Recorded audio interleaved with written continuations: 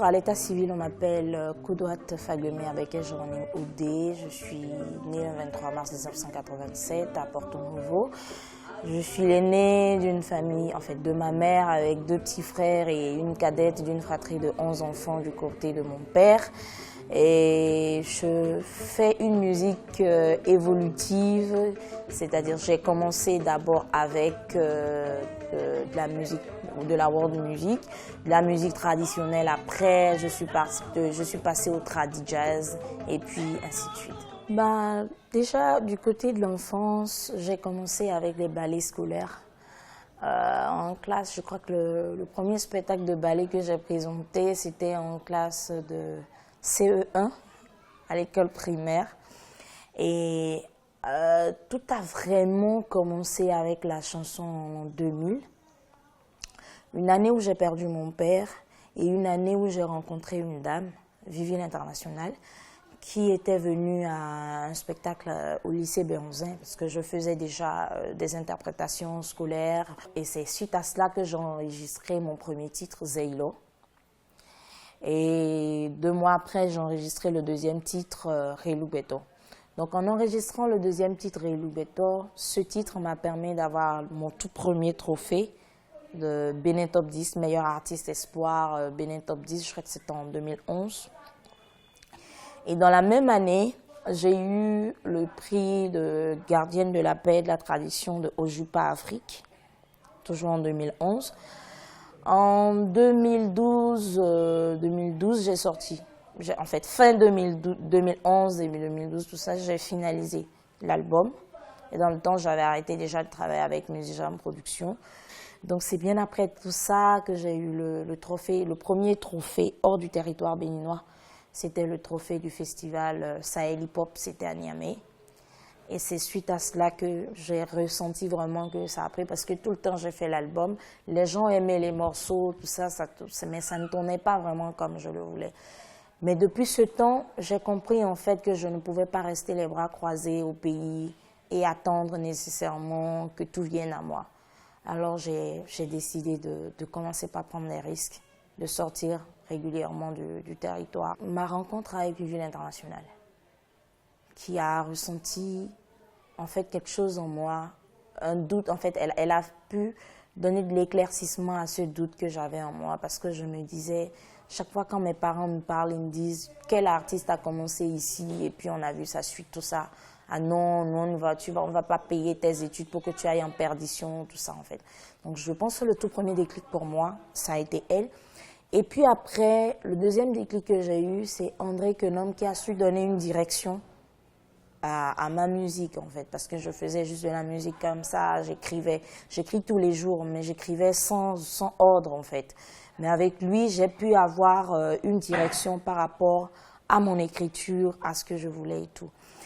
Et plus tard, le troisième déclic que j'ai eu, c'était ce trophée du Sahel Hip Hop de Niamey, où je suis revenue, j'ai organisé une conférence de presse, j'ai discuté un peu avec les journalistes, la presse béninoise et tout. Et c'est de là, sorti de cette conférence de presse, que j'ai compris qu'il fallait vraiment réfléchir ma musique, mon art autrement. Mon plus grand moment de joie, c'est quand ma mère m'a surprise un jour sur scène. Elle n'a jamais fait, elle m'a jamais vue sur scène.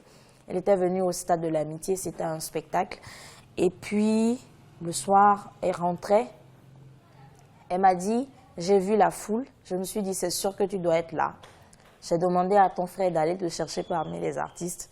Je lève la tête, qui je vois, c'est toi sur scène. J'ai pleuré.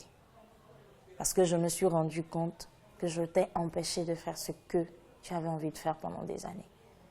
Et sincèrement, ça m'a donné un soulagement, mais pas possible. Je me suis dit, bon, enfin, elle a compris, en fait, ce que je voulais. Mais par contre, mes moments de regret, c'est par exemple, quand je tombe sur des gens qui, au premier abord, ne croient pas en moi, ne croient pas en ce que je fais. Et ils sont prêts, en fait, à m'exploiter, me faire jouer, genre, bon, elle va passer après, non, elle passe en première position. Et si moi, la position m'importe peu, l'important pour moi, c'est d'exprimer mon art. Mes idoles au plan national, Je vais déjà partir de mon père.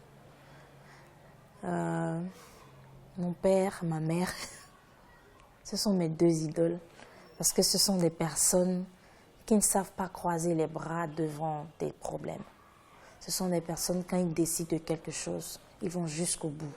Et pour moi, ce sont les premières personnes que j'ai comme idole. Après eux, j'ai eu la chance d'avoir quelqu'un qui m'a bercé. C'est Sabouran Danielou. Il continue toujours, il n'a jamais arrêté de me conseiller. C'est un père artistique pour moi. Le numéro 1 pour moi, c'est Tracy Chapman, pour son ardeur. Qui parle de Tracy parle de Asha, donc je ne vais pas la citer. C'est toujours la même lignée.